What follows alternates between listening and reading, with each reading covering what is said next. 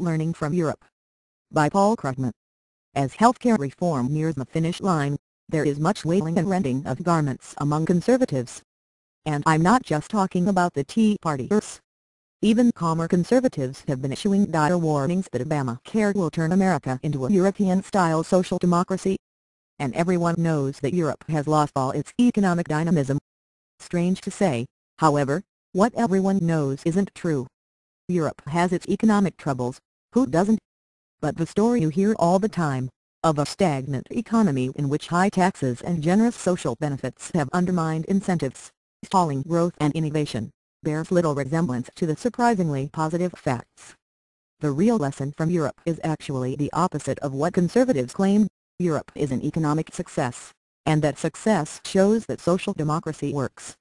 Actually, Europe's economic success should be obvious even without statistics. For those Americans who have visited Paris, did it look poor and backward? What about Frankfurt or London? You should always bear in mind that when the question is which to believe, official economic statistics or your own lying eyes, the eyes have it. In any case, the statistics confirm what the eyes see. It's true that the U.S. economy has grown faster than that of Europe for the past generation.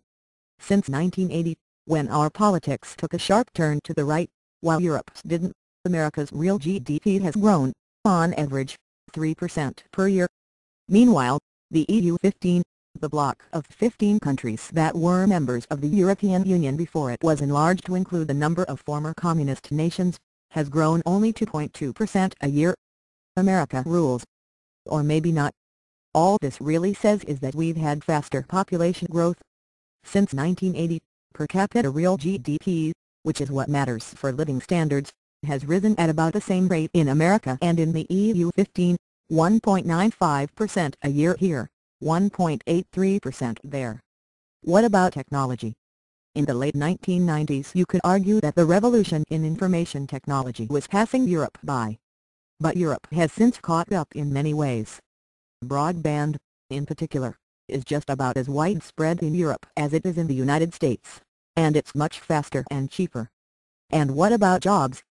Here America arguably does better.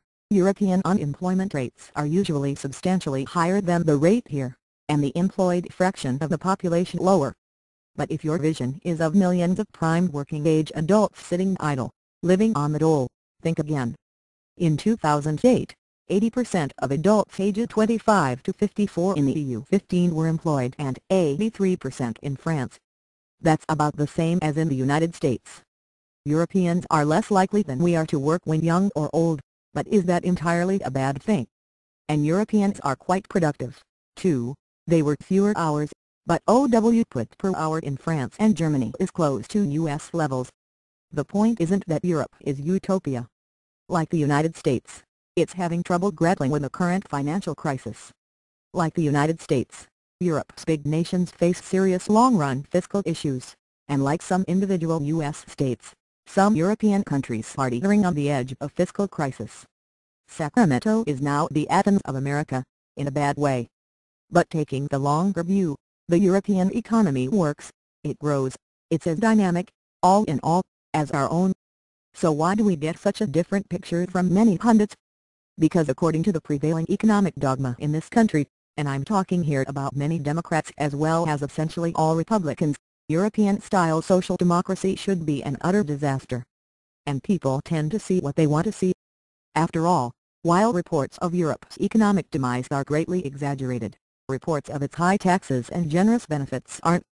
Taxes in major European nations range from 36 to 44% of GDP, compared with 28% in the United States. Universal healthcare is, well, universal. Social expenditure is vastly higher than it is here. So if there were anything to the economic assumptions that dominate U.S. public discussion, above all, the belief that even modestly higher taxes on the rich and benefits for the less well-off would drastically undermine incentives to work, invest and innovate, Europe would be the stagnant, decaying economy of legend.